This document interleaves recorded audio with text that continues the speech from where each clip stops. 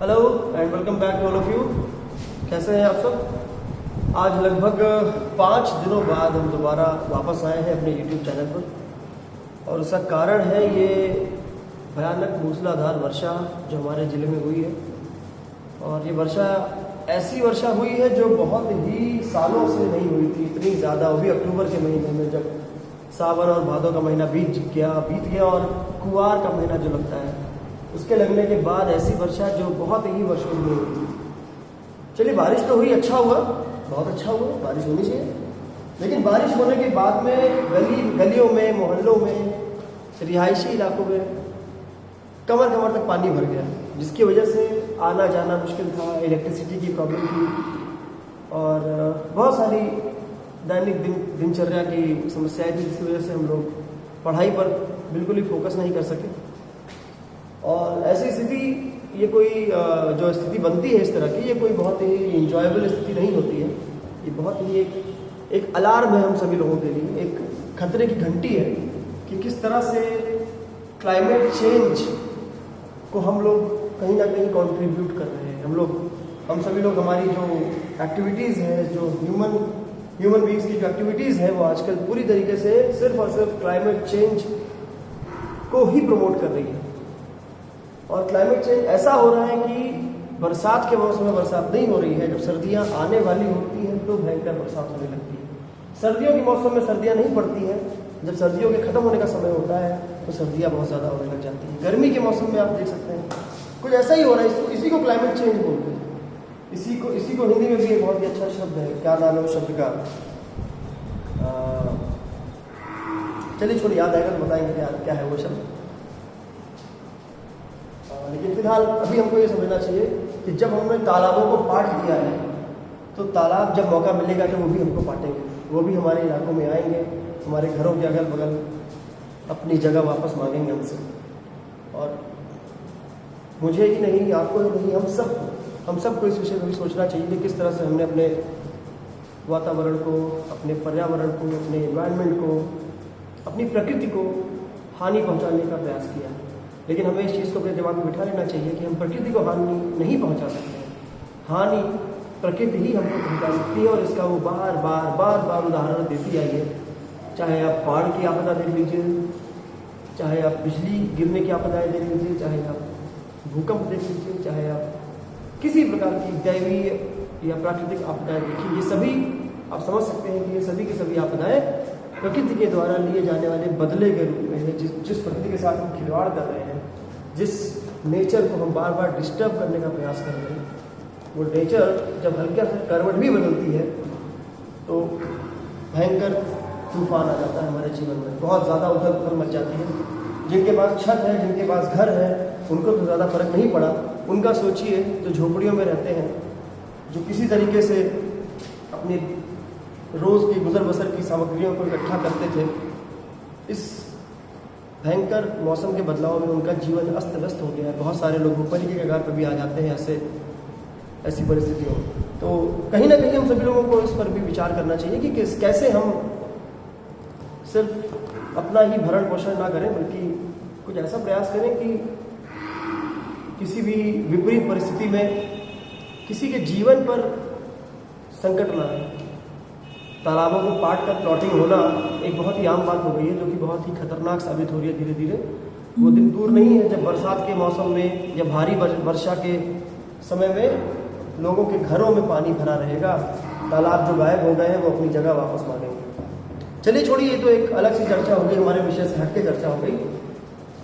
आज एक हफ्ते बाद लगभग हम जो नया टॉपिक शुरू करने वाले हैं वो हमारा नया टॉपिक है modern periodic table. Modern periodic table जो है आज हमारे सामने, ये मॉडर्न पीरियोडिक टेबल हमको हेनरी मोजले जी के प्रयासों की वजह से मिली। हेनरी मोजले और उनके लगभग 30 के आसपास स्टूडेंट्स थे।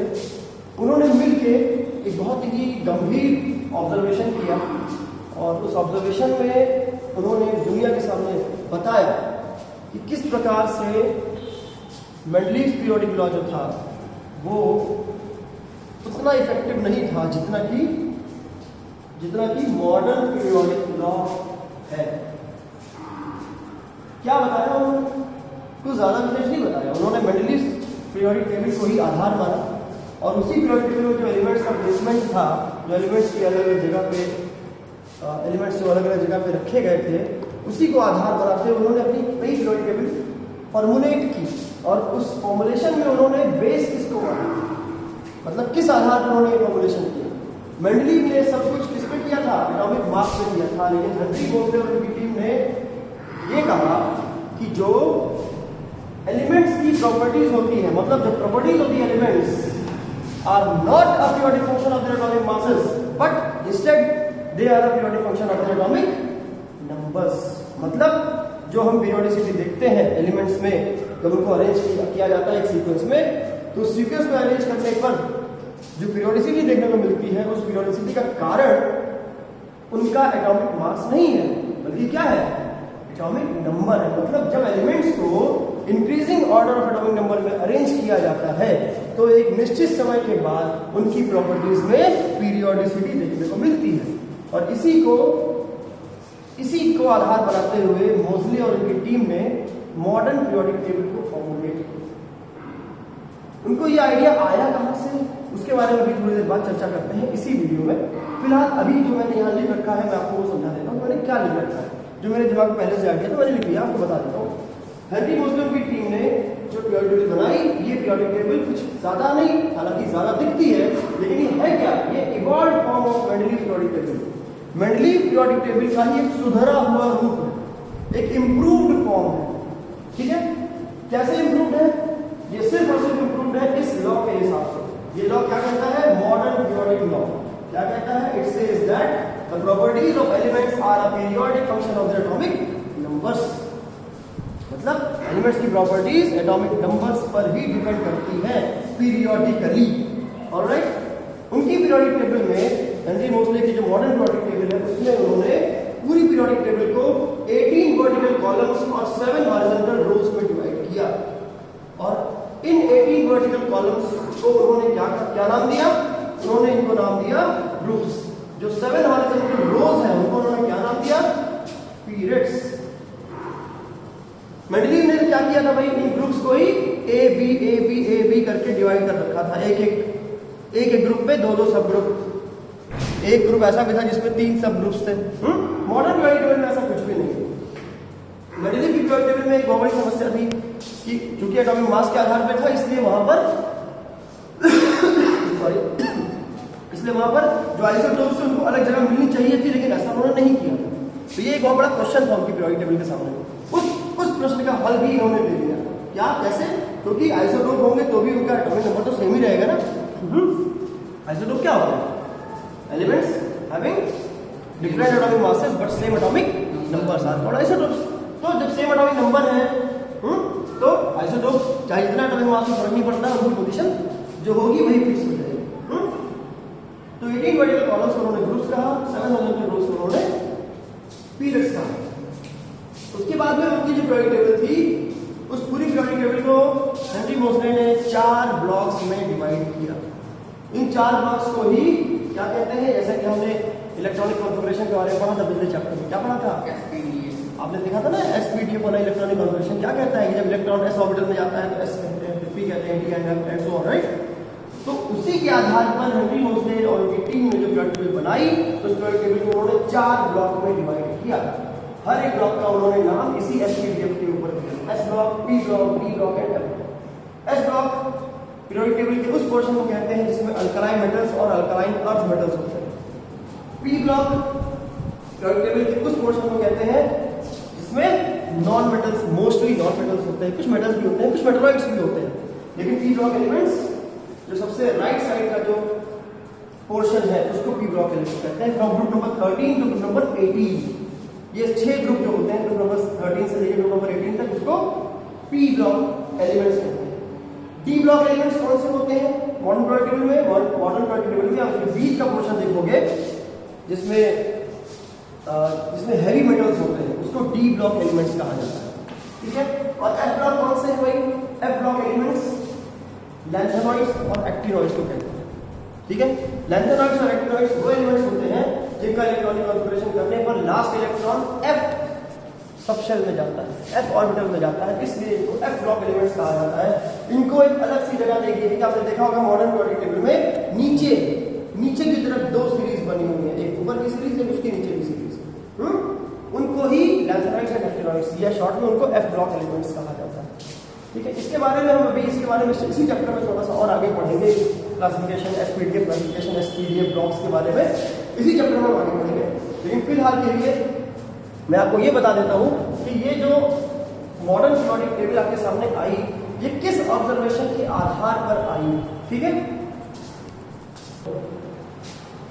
तो हेनरी मोजले को ये आइडिया कहां से आया कि मेंडलीव की पीरियोडिक टेबल को सुधारने की जरूरत है, Mendeleev periodic table needs to be improved.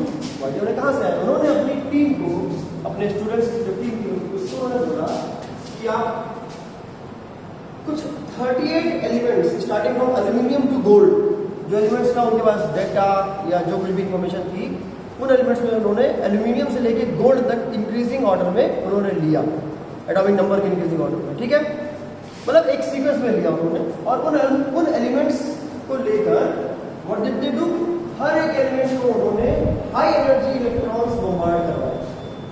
जब उन एलिमेंट्स पर हाई एनर्जी इलेक्ट्रॉन्स का बम्बार्डमेंट हुआ तो उन एलिमेंट से एक्सरेज एमिट हुई, और उन एक्सरेज जो एमिट हुई थी उन एक्सरेज का फ्रीक्वेंसी मेजर किया उन्होंने। हेनरी मोजले की टीम ने इतना काम किया, हर एक एलिमेंट का लेकर, मतलब कहां से, एल्यूमिनियम से स्टार्ट करके गोल्ड तक चले लाइन से, एक एक एलिमेंट को उन्होंने उठाया और हर एलिमेंट का उन्होंने यही प्रोसेस किया।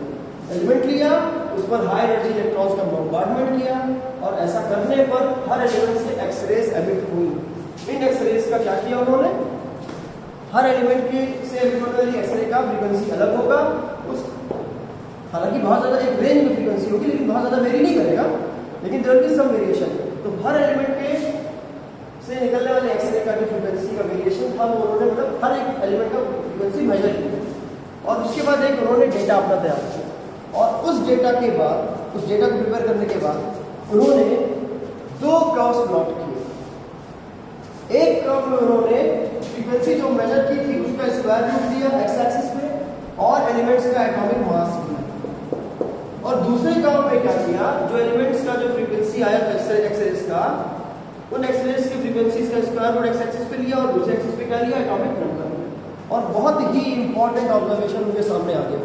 क्या ऑब्जर्वेशन सामने आ गया कि जब हम एटॉमिक मास और स्क्वायर रूट फ्रीक्वेंसी को लेते हैं तो एक नॉन लीनियर रिलेशनशिप बनता है, नॉन लीनियर रिलेशनशिप। आप देख सकते हैं जिगजैग लाइन है, जिगजैग प्लॉटिंग है, राइट। और जब स्क्वायर रूट फ्रीक्वेंसी और एटॉमिक नंबर का रिलेशन प्लॉट किया गया तो एक स्ट्रेट लाइन ऑब्जर्व हुई। इसका मतलब इन दोनों में कैसा रिलेशनशिप है, लीनियर रिलेशनशिप। लीनियर रिलेशनशिप मतलब जैसे जैसे एटॉमिक नंबर बढ़ता जाएगा वैसे वैसे स्क्वायर रूट फ्रीक्वेंसी भी बढ़ता जाएगा।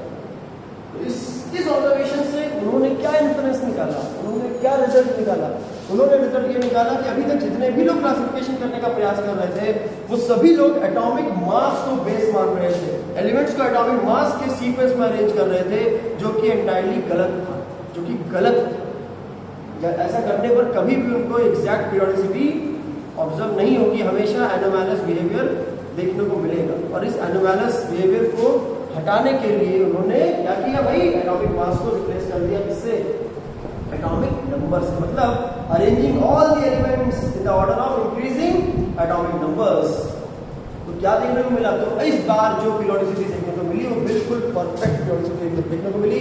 और आपके सामने आज जो मॉडर्न पीरियोडिक टेबल है वो इसी ऑब्जर्वेशन का एक रिजल्ट है, जिसमें उन्होंने मेंडलीव पीरियोडिक लॉ को थोड़ा सा उन्होंने क्या किया, इंप्रूव किया, एडिट किया, और क्या कह दिया कि द पीरियोडिसिटी ऑफ एलिमेंट्स या the properties of the elements are a periodic function of their atomic numbers. Okay, so I hope this is clear. और अभी हम लोग इसी पीरियोडिक टेबल के बारे में एक एक करके ब्लॉक्स के बारे में बात करेंगे, अलग अलग इसमें जो ग्रुप्स हैं, ब्लॉक्स हैं, उनके बारे में स्टडी करेंगे, एक एक करके study everything. Whatever doubts you have, कोई भी क्वेश्चन आपके मन में आते हो, कोई भी प्रश्न नया आता हो, हल्का सा रिलेटेड हो, तो आप बिल्कुल कमेंट बॉक्स में डाल सकते हैं, वी विल डिस्कस इट। जरूरत पड़ने पर उस प्रश्न पर एक वीडियो भी पोस्ट कर दिया जाएगा। Thank you so much, take care.